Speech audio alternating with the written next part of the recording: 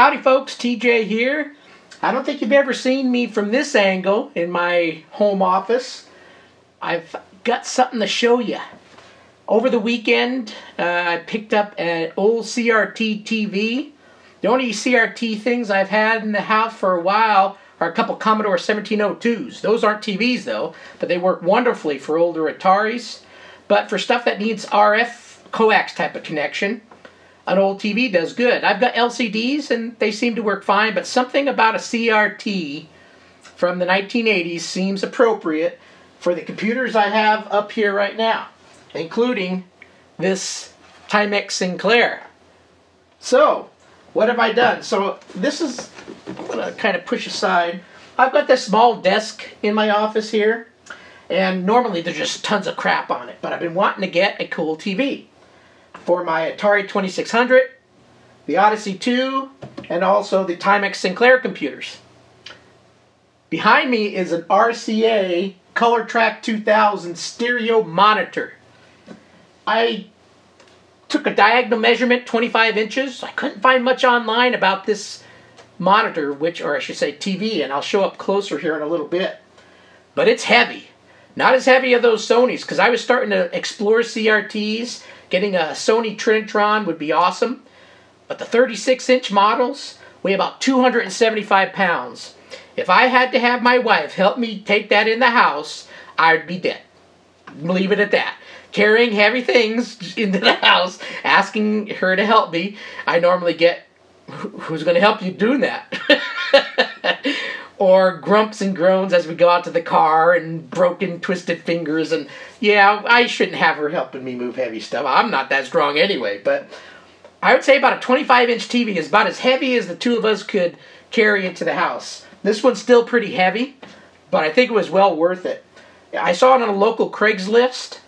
Not local though. 2-hour drive away. I have a 100-mile radius around me for that Craigslist.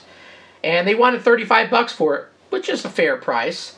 But I kind of calculated it was a 4-hour trip back and forth, about $40 worth of gas in my FJ to do that.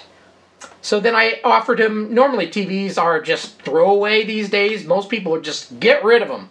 Here, take it free. But the guy had it up for sale, so I made an offer. I said, hey, I'm coming from a long ways away. I see it's been on sale for a while, or you've tried to sell it. How about 20 bucks? And I'll take the long drive one day and get it. He agreed to it, so I bought it for 20 bucks. Figure about 35 to 40 bucks in gas. I'd say on the 40 side, so 60 bucks. So it's not cheap, but in my opinion, for what I got, it's going to be pretty cool. So again, it's going to be for my older RF or coax type of connections. And we're going to play here in a little bit the Odyssey 2 on it, just to kind of show you. I do need to, I think, get the TV dialed in a little better. There's a lot of adjustments on this TV. I'll also take a picture of the back to show you all the connections that are available. But for now, I'm just using a regular TV antenna type of coax RF type that goes into the back. So anyway, let me grab the camera off, and I'll see if I can kind of get a close-up here of the TV and see if you like that or not. I know I do. So, here's the desk, and I love Quisp. If you're a kid from 60s and 70s, you know what Quisp is. So here's the TV. Hello. So like I said, I did a diagonal, and it says 25 inches, so I'm guessing it's probably considered a 24 to 25 inch TV. And the wood grain is what sold me. I'm normally not a big lover of wood grain on TV, but, you know, I was born and raised on that. So for an Atari and for an Odyssey, this TV has both silver accents going around the TV and the wood grain, and I thought that would be awesome. So let me just kind of pan things around a little bit. Here's the top, and here's the front that you've been seeing. Let me see if I can kind of shift around here. What's cool is it's got two really nice, in my opinion, speakers on the back. Or I should say side. So there's one here and one on the opposite side, which I probably won't be able to pan over to. But there's the TV. And you can kind of gauge from the thickness here how far deep it goes back. It's a big old CRT. So let me pull this chair out of the way so you can kind of see. See, there's the other speaker. So I was thinking this is going to sound really good. I don't have a manual. I'm going to have to try to find one, but it's got these, I think, so you can program stations in. Volume, power, and what was cool, let me see if I can pan back. Whoa! I thought that was cool. Little trap door that shows you all the adjustments. Color, tint, black level, picture, sharp, bass and treble. Then these on off for speakers, audio, so I can connect externally to stereo stuff, DNR, auto color, cable or normal, stereo mono, and that's what those buttons are for. And then those are just the lights that kind of shine through when you shut the door. So anyway, I'll take a picture of the back. This thing is heavy, so me trying to spin it around right now won't make sense. But I'm going to go ahead and put the camera back on the tripod here. We're going to start up. We already know Odyssey was my first home gaming system, so we're going to play KC Munchkin. Let's try it. Got to move stuff around here. Now, I don't think it's going to probably come in wonderful for me, you seeing the video game actually on the screen, but I think you'll get the general gist of things that, hey, yeah, it's me playing this on the screen, and it'll kind of make sense, I think. So let me see if I can swimmy my butt in here. So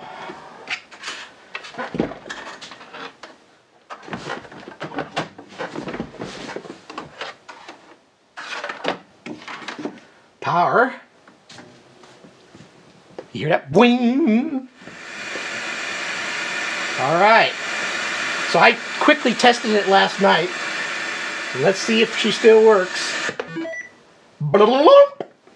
So like I said, I need to probably adjust and play around with all those settings. To me, it doesn't look wonderful out of the chute, but it's an old CRT TV. I just wanted it to come in and me be able to play it. So maybe I'll stand up over here and play. And I hear a little crackling from here, so I think my connections, I need to clean some connections, I think. Oh! KC Munchkin, I think, in my opinion, the best game for the Odyssey 2. I played this for hours when I was a kid.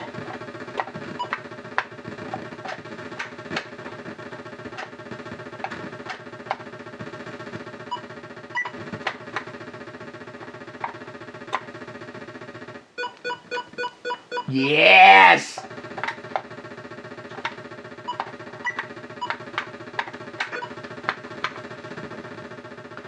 If you have never played an Odyssey and you're just a Intellivision or ColecoVision or Atari person, treat yourself one day to play an Odyssey. Now I am getting into Intellivision too. If you've been watching my channel, I'm getting the new Intellivision Amico. So let me pan back out here and we'll close out this video. And like I said, I don't know how that's going to come in because normally CRTs don't come in wonderful on video. So you're going to see probably a lot of black lines and scans and stuff. Anyway, let's go ahead and reset. What do you think? Pretty cool. I like it. Hear this little crackling in the background. Like I said, maybe I've got a connection that I need to tweak around with. I need to try the Atari next, see if it does the same thing. But so far, so good. I think it's a really cool TV. I think I'm going to have a lot of fun with my older gaming consoles with it. And I'll enjoy it. I think it's a pretty cool purchase. Like I said, it was heavy, so I'm going to have to probably owe my wife for a while for her helping me carry this in the house. But it was well worth it. So anyway, that's an RCA Colortrak 2000. There's a model on the back, and I can get that information, and I'll plug it in when I take a snapshot of all the connections in the back that you can do. Typical RCA type of jacks where you can plug in the older Ataris and Commodores and all that stuff. I think it's going to be cool. Anyway, that's it. Thanks for watching, everyone, and have a great rest of your day. See ya.